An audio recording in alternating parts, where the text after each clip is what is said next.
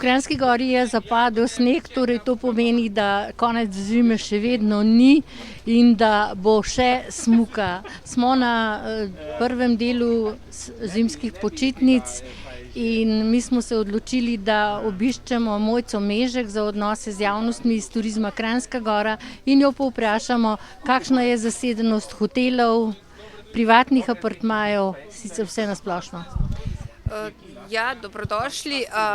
Zasedenost je tam nekje okrog 95-odstotna. Nad vse smo veseli in zadovoljni, da se življenje ponovno vrača v Kranjsko Goro, da je tako dobra obiskanost. Še bolj nas veseli dejstvo, da se vračajo gostje iz tujine, predvsem Hrvaške, Srbije, Italije, ogromno je tudi Rusov. Skratka, zasedenost v prvem delu počitnic 95-odstotna in tam nekje okrog 75-odstotna v drugem delu, ki je pa nekako že tradicionalno manj obiskan del Kranjske Gore, ko govorimo o zimskih počitnicah. Lahko poveste tudi to, da ste dobili zeleno luč za gradnjo gondole?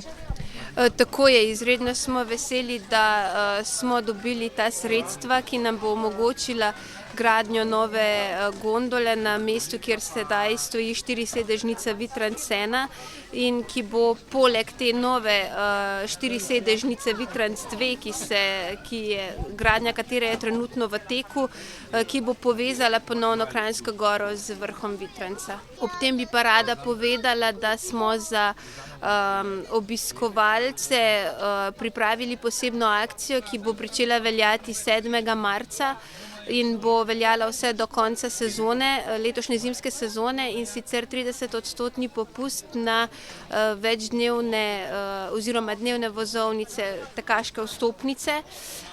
Ampak je potrebno poudariti, da ta popust lahko koristijo le tisti, ki bodo vsaj eno noč opravili v namestitvah pogodbenikov oziroma tistih, ki imajo s Turizmom Kranjska Gora sklenjeno pogodbo o sofinanciranju.